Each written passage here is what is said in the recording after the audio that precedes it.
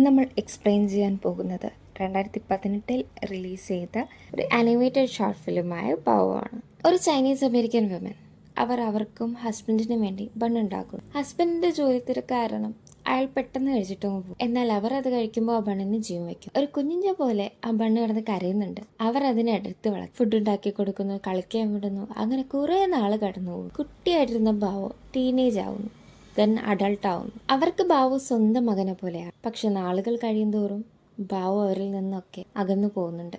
അങ്ങനെ ഇരിക്കെ ഒരു ദിവസം ബാവു അവൻ്റെ ഗേൾഫ്രണ്ടിനെ വീട്ടിലേക്ക് കൊണ്ടുവരുന്നു. ഇനി മുതൽ ഗേൾഫ്രണ്ടിന്റെ കൂടെ പോവുകയാണ് എന്ന് പറഞ്ഞ് ബാവു ഇറങ്ങിപ്പോകാൻ നോക്കുന്നു. അങ്ങനെ അവിടെ ഉണ്ടായിരുന്ന തർക്കത്തിൽ അവർക്ക് ദേഷ്യം വന്നിട്ട് അവർ ആ ബാവുവിനെ തിന്നുന്നു. പെട്ടെന്നുള്ള ദേഷ്യത്തിൽ സംഭവിച്ചതാണെങ്കിലും ഇനി ഒന്നും പറഞ്ഞിട്ട് കാര്യമില്ല. ഇത്ര നാളും കൂടെ ഉണ്ടായിരുന്ന ബാവുവിനെ നഷ്ടപ്പെട്ട സങ്കടത്തിൽ അവർ റൂമിലിരിക്കും. പെട്ടെന്നൊരു നിഴൽ വരുന്നു. അത് ബാവുവല്ല, പകരം അത് അമ്മയുടെ സ്വന്തം മകനാണ്. അതായത് ഇത്രയും നേരം കണ്ട ബാവു വെറും ഒരു ലീഷനായിരുന്നു.